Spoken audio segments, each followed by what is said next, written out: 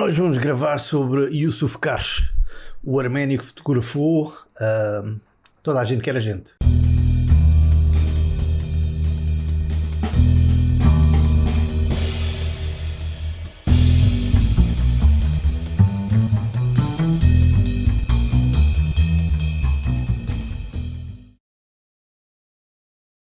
Viva, sejam bem-vindos a mais um vídeo.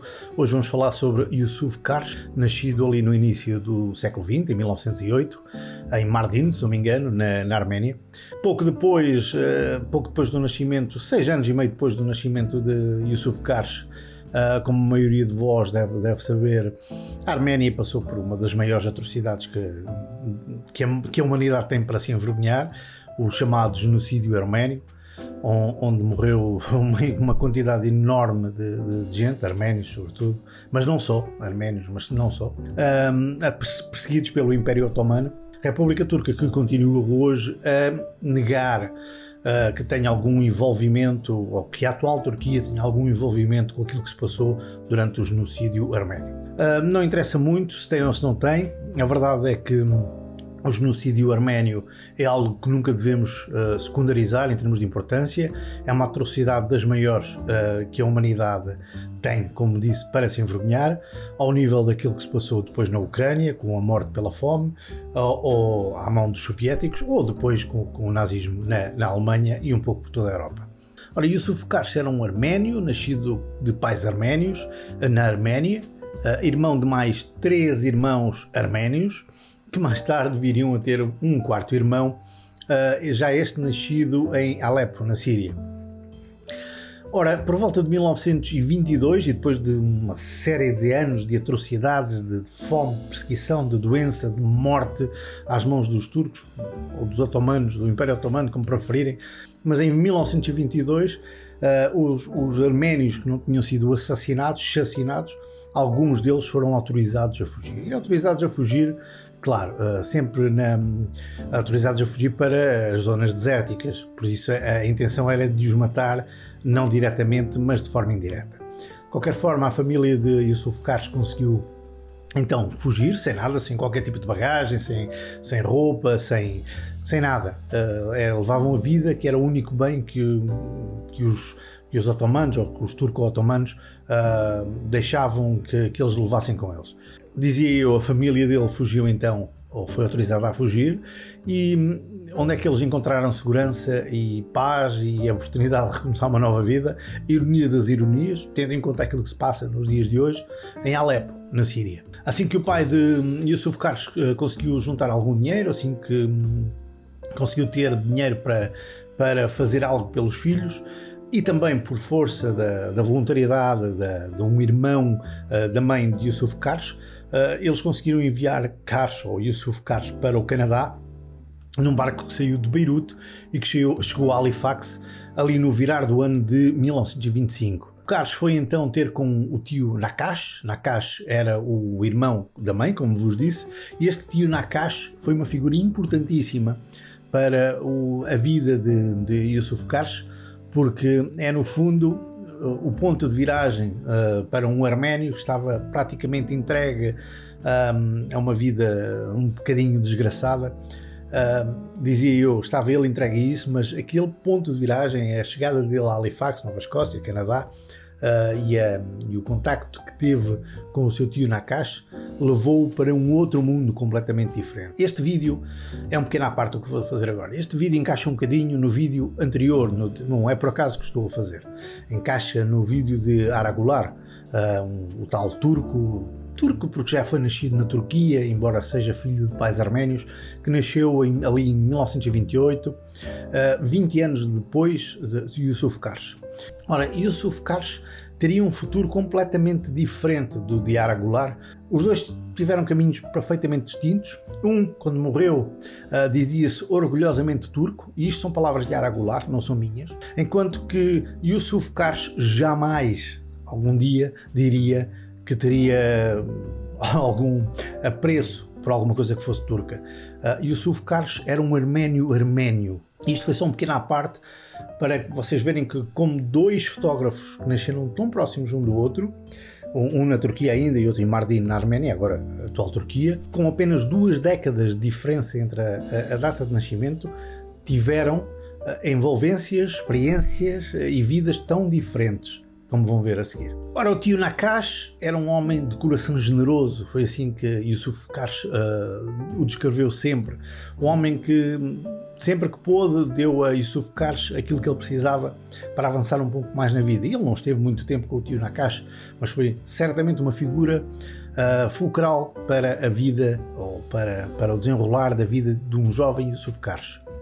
Ele chegou então ao Canadá, o tio foi buscá-lo, teve que assumir a responsabilidade de que ele não seria um encargo público para o país, porque era assim que as coisas passavam, porque quem chegava naqueles navios, na chamada steerage class, aquele deck onde vinham as pessoas que não tinham bens, não tinham direito a nada, nenhum tipo, como foi de alguma forma retratado no filme Titanic, da história do Titanic, aquele jovem garboso, mas pobre, que viajava na steerage class, que teve depois um romance com... Bom, não interessa. Yusuf Karsh viajou também na steerage class, não há memória, ou não há pelo menos relatos de grandes romances com meninas da classe alta, mas chegou ao Canadá, onde tinha o tio Nakash à espera dele, para o levar então para Sherbrooke, local onde morava o tio esse que era um fotógrafo com méritos reconhecidos, um fotógrafo de estúdio, que fazia muito uso de luz natural, era um, como é que eu ia dizer, era um fotógrafo à moda antiga, não é? Yusuf Karsh foi para lá para ser também assistente de estúdio do tio. Yusuf Karsh foi também estudar para a Sherbrooke High School. Ele levava consigo o sonho de vir a ser médico. Acho que é o sonho de muitos jovens, é lógico, sobretudo aqueles de muitos que vinham de uma classe muito desprivilegiada. Mas Yusuf Karsh rapidamente percebeu que o sonho de um dia praticar medicina ia ser complicado de realizar. Porquê? Ora, Yusuf Karsh não falava francês e não falava inglês, nada. Portanto, tudo aquele início, aqueles primeiros 6 meses foram coisas muito complicadas, foi uma vida muito complicada, apesar de, nos relatos que Yusuf Karsh fez daquele período da sua vida, sabermos hoje que foi muitíssimo bem recebido no Canadá, era um país muitíssimo civilizado, como sempre foi, como ainda é hoje. E foi tão bem recebido, de forma calorosa, os colegas receberam-no muitíssimo bem, integraram-no o melhor possível, mas a verdade é que, sem falar a língua, dificilmente um jovem que nessa altura teria 17 anos, se não me engano, dificilmente dali sairia para um estudos superiores de medicina ou coisa do género. Era um jovem que teria que procurar outras alternativas, e assim o fez. Começou a trabalhar então no estúdio a tempo inteiro com o seu tio Nakash, e foi a partir daqui que ele evoluiu na fotografia. Ele confessa que no início não dominava muito bem aquilo que se passava ali na fotografia, que não entendia tudo, mas que, contudo, a fotografia foi uma paixão que cresceu dentro dele de forma contínua. Não foi uma coisa instantânea, mas momentânea, foi uma coisa que foi crescendo sempre com ele durante o tempo que ele foi aprendendo, e isso fez com que a fotografia passasse a ser o centro da vida dele. Yusuf costumava passear muito aos fins de semana ali pelos bosques e pelas florestas de Sherbrooke, porque era o tempo que tinha livre depois de trabalhar à semana num estúdio. Ele tinha recebido uma pequena câmara, eu não tenho a certeza, eu acho que era uma Brownie, quase certeza que era uma Brownie, que o Nakash lhe tinha oferecido. Ele costumava palmilhar ali aqueles terrenos e claro, praticava fotografia dessa forma. Ora, ele uma vez fez uma como é que ele dizia? Ele dizia que não tinha grandes méritos fotográficos e que o seu tio era seu mentor e seu grande crítico, e que ele não dizia muitas vezes coisas más acerca das fotografias dele, mas que ele tinha a certeza que a maior parte delas não prestavam para nada. Um dia, contudo, ele fez uma determinada fotografia e gostou dela. Era uma fotografia simples, de uma entrada de floresta com 3 crianças sentadas em cima de sentadas a brincar, e ofereceu essa fotografia a um colega de escola, um colega quem ele admirava, ou quem tinha alguma amizade acima do vulgar. Ofereceu-lhe como prenda de Natal, e essa prenda de Natal foi tão, como é que eu ia dizer, foi foi tão entusiasmante para esse amigo que esse amigo pegou nessa fotografia e submeteu a concurso. Ele ganhou o concurso, ganhou o primeiro prémio e ganhou $50, que na altura não era propriamente um prémio de deitar fora. Ele pegou em $10, deu ao amigo e pegou no restante do dinheiro e, claro, como grande homem que era, e enviou para os pais, claro. A vida de Yousuf Karsh foi preenchida com relações com gente extraordinária. Isso deve ter sido muito bom para ele, no fim de uma vida, ter percebido que, apesar de tudo, apesar do início atribulado que foi a sua vida, tudo correu bem. O tio Nakash, sendo o homem generoso que era, acabou por lhe arranjar um estágio, creio eu, de 6 meses em Boston, Estados Unidos, com John Garrow. John H. Garrow era um retratista muitíssimo conceituado já na altura, também fazia muito uso de luz natural no seu estúdio e aceitou imediatamente Yousuf Karsh como seu estagiário. Ora, mais uma figura importantíssima na vida de Karsh. Desta vez John Garrow recebeu de braços abertos, acolheu muitíssimo bem, teve sempre conselhos fantásticos para lhe dar, tentou sempre orientá-lo no melhor sentido e inclusivamente convenceu a frequentar aulas noturnas de arte para estudar os grandes clássicos como Velázquez ou Rembrandt.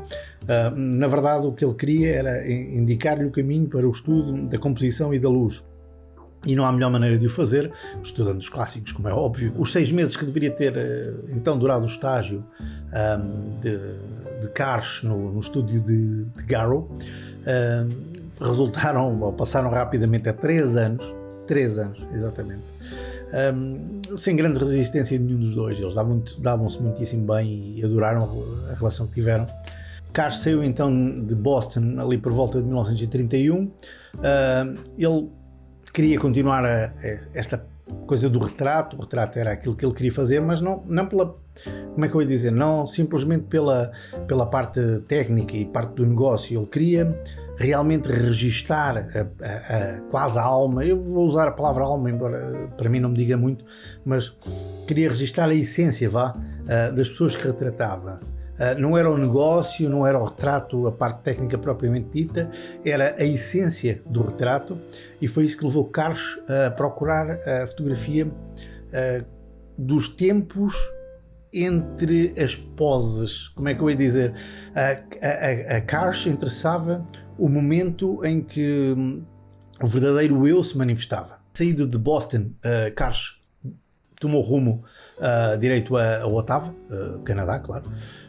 E levava com ele o sonho de montar um estúdio, e foi isso que ele fez. Criou um estúdio pequeno, modesto, em que dizia ele, por exemplo, que a maior parte dos móveis eram caixas de laranjas tapadas com aquilo que ele na altura também dizia serem panos com algum bom gosto. Karsh contou na sua biografia que não fez muitos amigos em Ottawa, mas as relações que cultivou durante esse tempo foram muitíssimo importantes. Tão importante como isso, tão importante como as relações pessoais que Karsh desenvolveu nessa altura, foi também o facto de ele ter descoberto a iluminação artificial.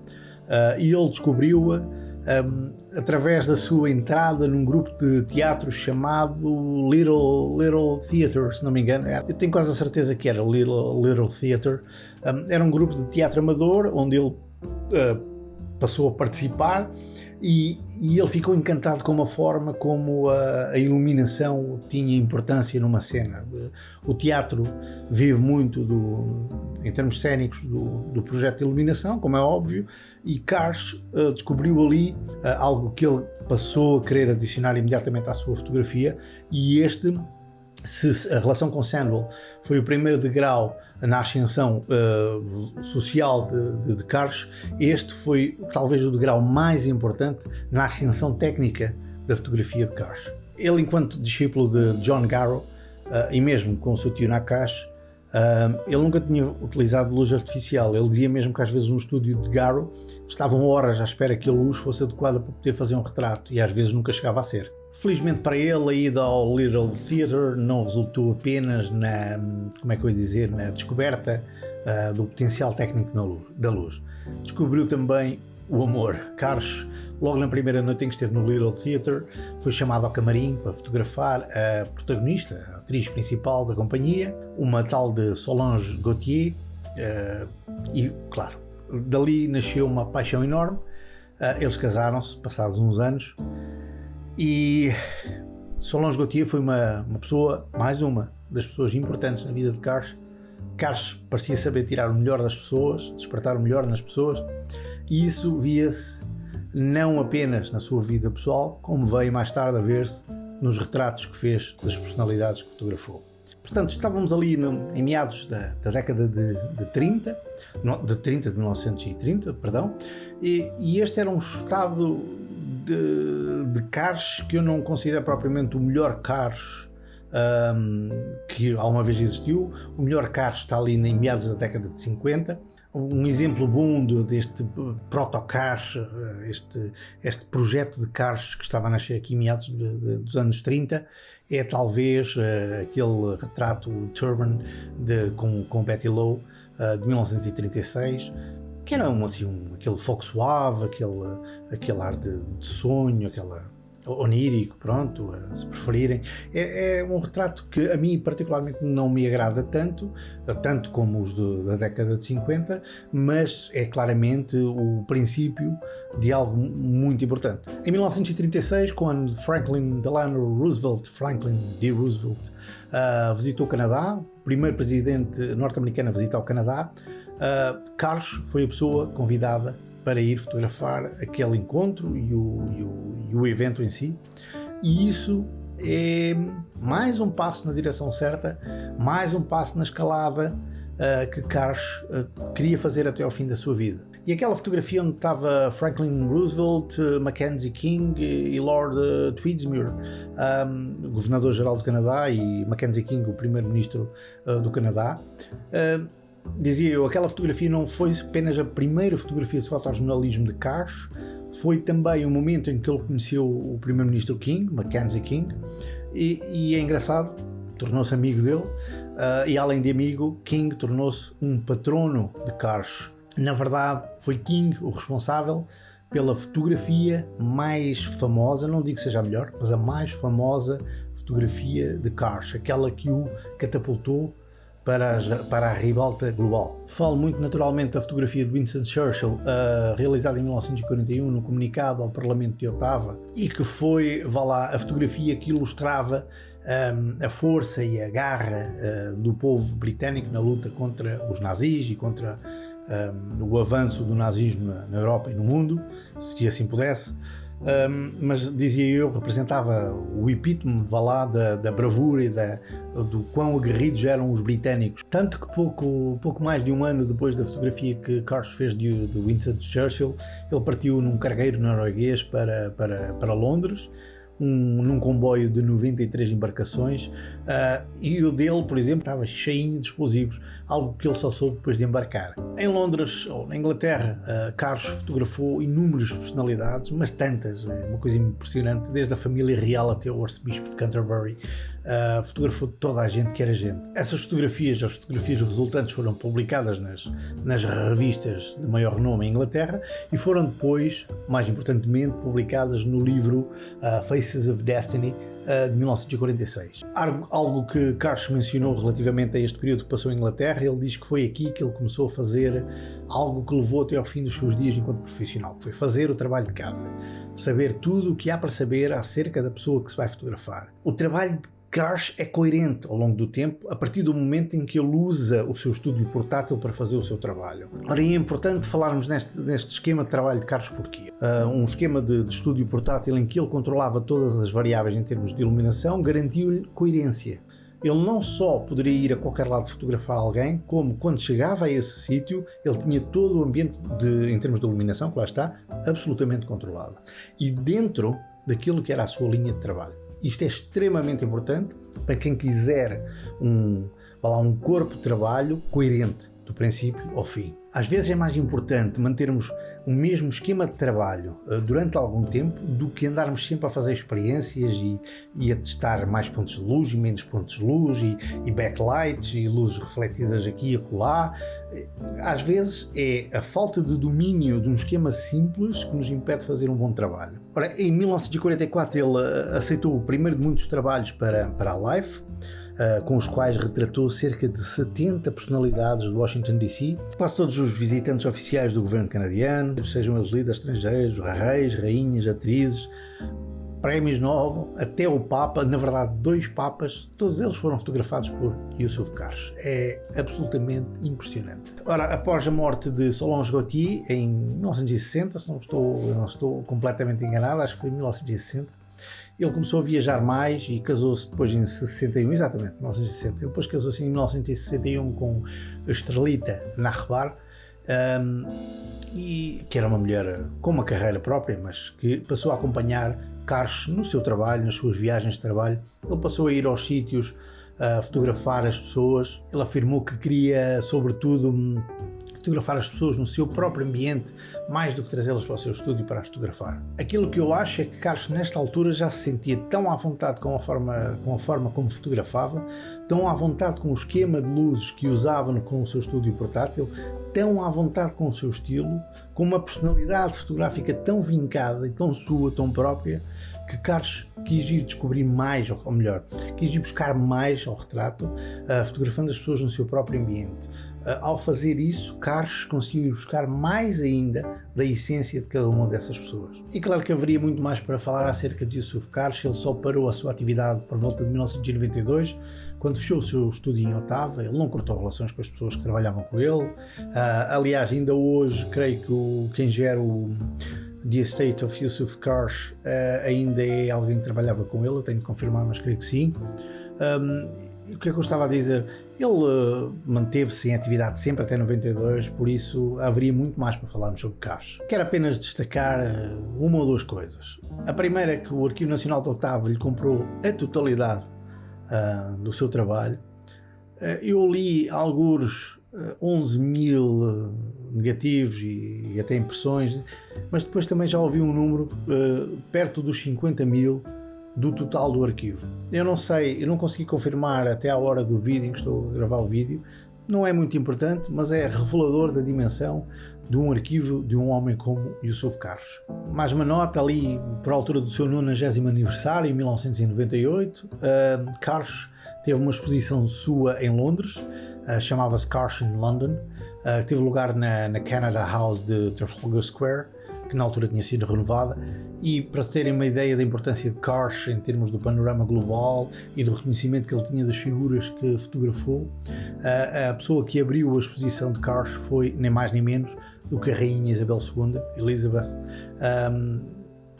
É assim, nesse mesmo ano, em 1998, Karsh foi homenageado com o Fox Talbot Award, que é também uma distinção importantíssima. Apenas a título de curiosidade, e só para terminar, porque são estes pormenores que atestam da tal grandiosidade do homem para lá do fotógrafo, Karsh conseguiu resgatar talvez não seja a melhor palavra, porque eles já viviam mais ou menos de forma mais ou menos calma e serena em Alepo, na Síria, mas dizia ele conseguiu ir buscar os seus pais e 3 dos seus irmãos, sendo que Malak Karsh já estava no Canadá desde 1937, também imigrado, também era fotógrafo, assinava apenas como Malak, para não se confundir com Yousuf Karsh.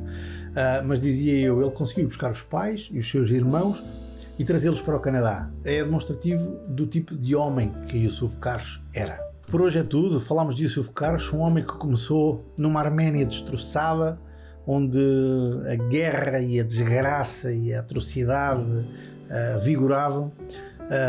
Um homem que fugiu com a sua família e que mais tarde foi enviado para o Canadá, que fez um caminho longo de 60 anos de atividade comercial e que morreu, como é que eu ia dizer, morreu feliz, porque fez tudo aquilo que gostava, fez-o bem e inspira-nos ainda hoje. Espero que tenham gostado. Se não conheciam Yousuf Karsh, tenho a certeza que agora vão querer conhecer mais, porque há mais para conhecer, não fiquem pelo vídeo. Se já conheciam, tenho a certeza que gostaram de relembrar. Se gostaram do vídeo, por favor, façam um like, subscrevam o canal, partilhem o vídeo mais que puderem. Fiquem bem.